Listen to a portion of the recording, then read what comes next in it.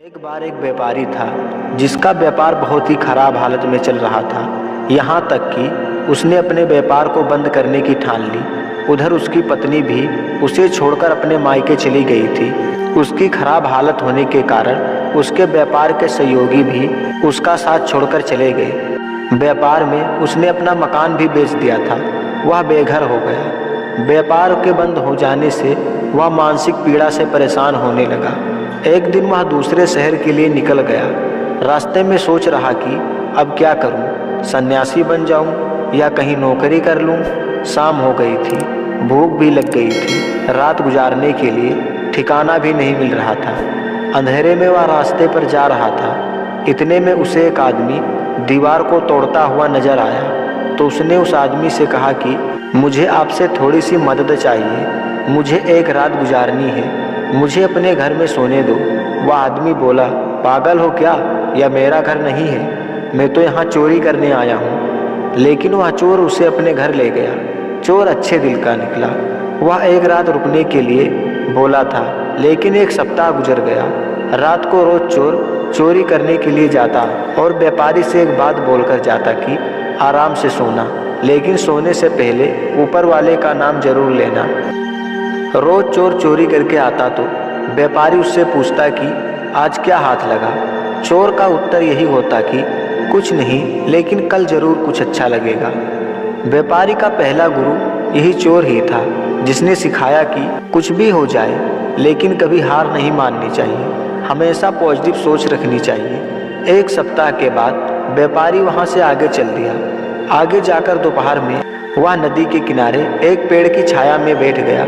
वहाँ एक कुत्ता भी था जो बार बार नदी के पास जाता और वापस पेड़ के नीचे आकर बैठ जाता। कुत्ते को बहुत जोर से प्यास लगी थी, लेकिन वह पानी में अपनी परछाई देखकर डर जाता था और वापस आकर उसी पेड़ के नीचे बैठ जाता था। व्यापारी यह सब देख रहा था।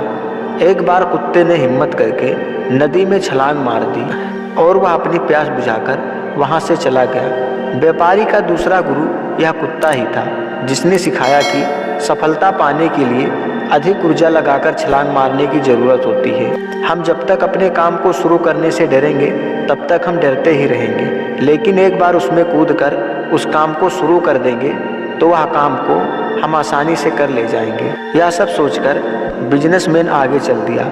शाम हो गई थी। एक गांव से गुजर रहा था। रास्ते में एक बच्चा मोमबत्ती को जलाकर आगे जा रहा था। व्यापारी ने सोचा कि चलो बच्चे के साथ कुछ मस्ती कर लेते हैं, जिससे हमारा मन भी हल्का हो जाएगा। उसने बच्चे से पूछा कि बेटा, एक बात बताओ, ये जो मोमबत्ती से उजाला हो रहा है ये कहाँ से आता है? बच्चे को बड़ा अजीब सवाल लगा। थोड़ी देर सोचने के बाद बच्चे ने मोमबत्ती को बुझा दिया और बोला कि जहाँ से आता था अब यह उजाला वहीं चला गया है। व्यापारी का तीसरा गुरु ये बच्चा ही था, जिसने सिखाया कि कभी भी अपने आप को सर्वबुद्धिमान मत समझो। हो सकता है कि सामने वाला आपसे अधिक बुद्धिमान हो, और कभी भी अपने आप पर घमंड नहीं करना चाहिए। व्यापारी के अंदर पॉजिटिविटी आ गई थी। वह दोबारा सकारात्मक सोच के साथ पूरी मन लगाकर अपने व्यापार को शुरू किया और देखते देखते वह एक बड़ा और सफल व्यापारी बन गया।